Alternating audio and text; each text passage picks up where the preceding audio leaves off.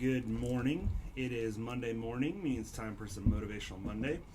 Hopefully it's going to be motivating. My name is Christopher Donnell, the pastor here at Urbana United Methodist Church, and I'm so glad that you're joining with us today. I've been pondering and wrestling with the idea of suffering lately, and we live in a challenging world, and we have challenging situations that come up all the time that evoke or invoke the idea of suffering, whether it's a diagnosis of cancer or dementia or challenges with your health, or it's the state of our world that feels chaotic and polarized, or if it's a splintered relationship that you had hoped would heal, or you're watching those you love suffer through addiction, or not responding to God's grace the way you would hope for.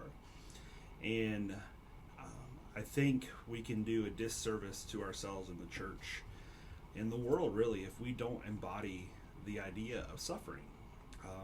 Yes, we are more than conquerors. Yes, God calls us, and we're called to be the head and not the tail, and all these wonderful blessings that were promised, but that doesn't mean that there won't be suffering in the middle of it. And we have to come to a place where we embrace suffering. I mean, Jesus suffered all the way to the cross. The early disciples suffered immensely. The early church suffered immensely. And throughout history, we see these movements following Jesus where there's just immense suffering involved. And I think in our modern day, and even in America, we can feel so removed from that. We feel that suffering is almost beneath us at times. I have felt that. Like, why do I need to suffer? I follow God. I do all the right things, and He is good, and so the world is. And there's some truth to that, but there's also the truth that this is a fallen world, and there's evil and darkness, and there's this battle going on all around us, and it's because we live in this broken place. And until we're on the other side of it, their suffering will be part of it. And so even the idea of preaching suffering to my kids, who have grown up in the most wonderful church family and environment that I could ever have asked for. I feel so blessed and fortunate that for this place lately, just thinking about that my kids have got to be raised here, and have been embraced and been shown grace and the love of Jesus, and it's safe for them. It's loving, it's caring, but I don't want them to ever confuse the idea of this beautiful church that we're a part of as the only reality to their world.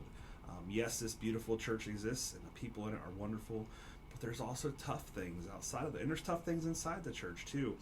And so I don't want there ever to be this romanticism about we live in this utopia, because I have felt that at times, that I got this perfect church and this perfect family and this perfect faith, and it's so wonderful, yet then all of a sudden something falls apart, and the crap hits the fan, and your world falls apart, and we're reminded time and time again that suffering is going to be a part of this life. I mean, Jesus spoke to that over and over again.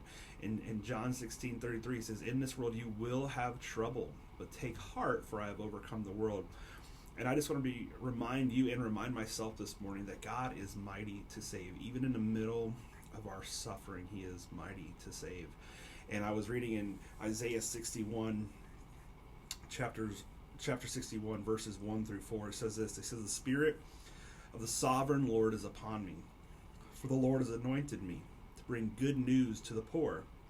He has sent me to comfort the brokenhearted, and to proclaim that captives will be released, and prisoners will be freed.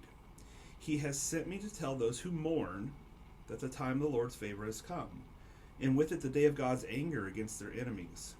To all who mourn in Israel, He will give a crown of beauty for ashes, a joyous blessing instead of mourning, a festive praise instead of despair. In their righteousness they will be planted like great oaks. There the Lord has planted for His own glory.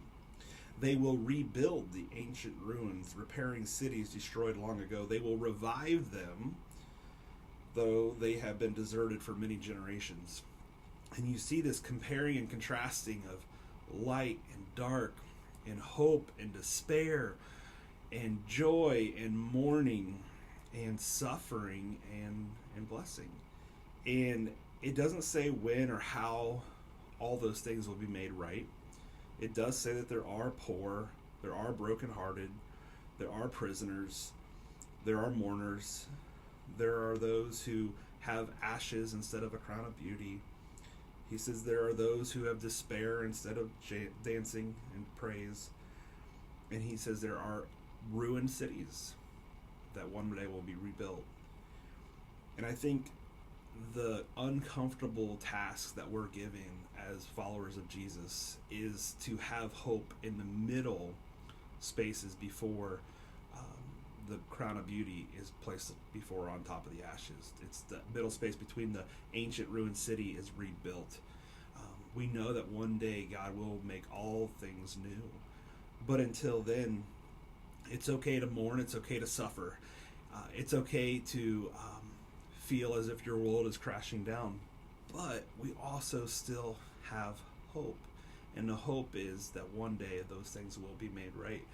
And so when we preach a Jesus that is loving and gracious and kind and good, we must also preach a Jesus that says, come, pick up your cross and follow me. That there will be suffering. That we preach that we get to take heart, but only we take heart because in this trouble in this world we will have trouble. And so we have to have both. And so we have the suffering Jesus and we have the joyful Jesus and we have the blessed Jesus and we have all of that together. And he invites us to enable both in our lives. And so my prayer and hope is this week, whatever you're going through, embrace some of the suffering. Recognize that we are called to suffer. And that it won't always be perfect. But in those imperfect moments, we serve and walk with a perfect God, a Jesus who is gracious and full of compassion and love, and his fire burns in his eyes, and he is desperately, fiercely in love with us, and he's pursuing us, and he is at this time making all things right, more and more made right until the day that it's finalized when it all comes to be finalized. And so that's the hope this week. I hope that whatever you're going through, that you embrace those suffering moments, that Jesus suffers with us, that he walks with us. He picks up his cross too, and he invites us to pick up ours. But know that there are ashes, but one day they will be a crown of beauty. Have a great week.